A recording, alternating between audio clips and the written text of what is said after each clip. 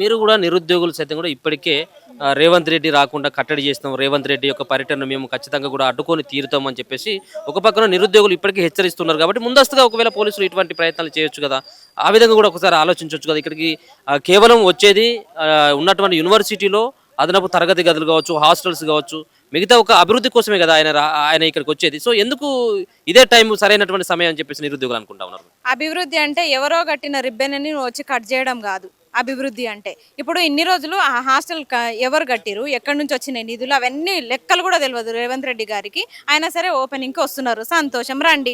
మీరు వస్తున్నట్టుంటే మీరు ఇదే వచ్చుడు నిరుద్యోగుల కోసము ఒక మీటింగ్ అరేంజ్ చేసి ఎందుకు రాలేదు? ఒక సమావేశం ఏర్పాటు చేసి నిరుద్యోగులతో నేను మాట్లాడతాను ఎందుకు చెప్పట్లేదు? ఇప్పుడు ఈ ఆహ్వానం మేరకు వస్తున్నారు ఉస్మానియా యూనివర్సిటీకి, రండి, ఆహ్వానిస్తున్నాము. కానీ అదే ఒక మీటింగ్ ఒక గంట సేపు పాటు నిరుద్యోగులతో కూడా చర్చిస్తా. ఇదే ఉస్మానియా యూనివర్సిటీలో ఎన్నికలకు ముందు ఎట్లా చర్చించినానో ఇప్పుడు కూడా నిరుద్యోగ సమస్యలు తెలుసుకుంటా అని ఒక మాట చెప్తే నిరుద్యోగులు కూడా సంతోషపడతారు. మీరు రిబ్బన్ కటింగ్ చేయడానికి వస్తే మరి నిరుద్యోగులకి ఆవేశం రాదా, కోపం రాదా? మరి రానివ్వమంటారు, తప్పేముంది? వాళ్ళు చెప్పే విషయంలో తప్పేముంది? నిరుద్యోగులు ఆగ్రహం కట్టలు తెంచుకుంటున్నారు.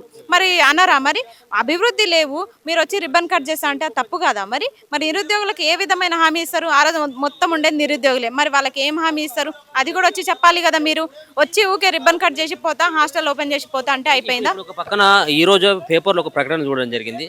నిన్న కొంతమంది కాంగ్రెస్ పార్టీ సంబంధించినటువంటి నేతలు, ఎమ్మెల్సీ దయాకర్ కావచ్చు, మరో పక్కన చెనగాని దయాకర్ కావచ్చు, సో ఇద్దరు దయాకర్ల సైతం నిన్న ఉప ముఖ్యమంత్రి బట్టి విక్రమార్క తోటి భేటీ కావడం జరిగింది. నిరుద్యోగులతో మేము చర్చలు జరపడానికి సిద్ధంగా ఉన్నాము, మేము వారం రోజులు 10 రోజుల లోపల మేము దీనికి ఒక కార్యాచరణ తీసుకురాబోతున్నాం అంటూ ఒక పక్కన చెప్తా ఉన్నారు. దానికి మీరు అగ్రియా?